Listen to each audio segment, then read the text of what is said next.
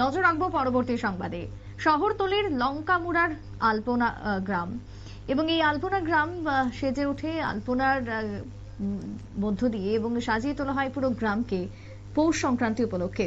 এবারও তার ব্যতিক্রম নয়, এবারও সেজে উঠছে লঙ্কা বা মুড়ার এই আলপনা গ্রাম। তবে এর উদ্যোগে রয়েছে সংস্কার ভারতী।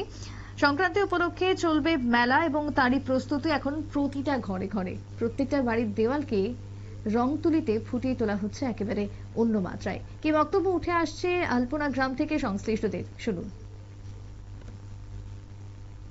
আলপনা গ্রামের নাম অনেক শুনছি, শুনে সামনে সংক্রান্তি অনুষ্ঠান আছে তাই দেখতে এলাম।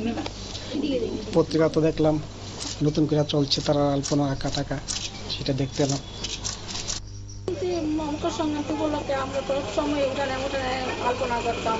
তারপরে তারা সংবাদে দেখে টেকে বললো যে আমরা সংস্থা করতে 5 বছর আগে, গত 5 বছর আগে ওই আলপনা টালপনা করেছি, প্রোগ্রাম হয়েছে। তো এখন এগুলো নষ্ট হয়ে গেছে, তো এখন আবার নতুন করে শুরু করা হয়েছে। এই নতুন করে দেওয়া হচ্ছে, স্যাররাও আসলো, আমাদেরকে বললো, দেখিয়ে দিল, তা আমরা সবাই মিলে একসঙ্গে এগুলি করলাম। তো আবার শুরু এখনো কমপ্লিট হয়নি কাজ। 14-15 মেলা হবে এখানে সংক্রান্তি উপলক্ষে, এই আর কি। আপনারা শুনলেন লঙ্কাপুরার এই আলপনা গ্রামের নাম শুনেছেন বহু এবং তাই দেখতে গেছেন এক ব্যক্তি আলপনা গ্রাম। অন্যদিকে দাঁড়িয়ে বাড়ির যিনি গৃহবধূ তিনিও কিন্তু হাত মিলিয়েছেন সংস্কার ভারতীর এই বিশেষ কাজের সাথে।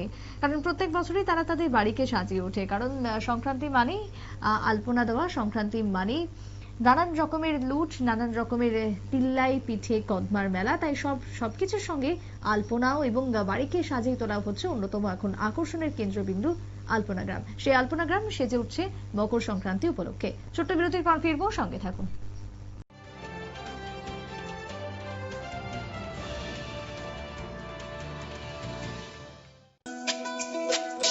তুমি আছো রান্নাঘরে।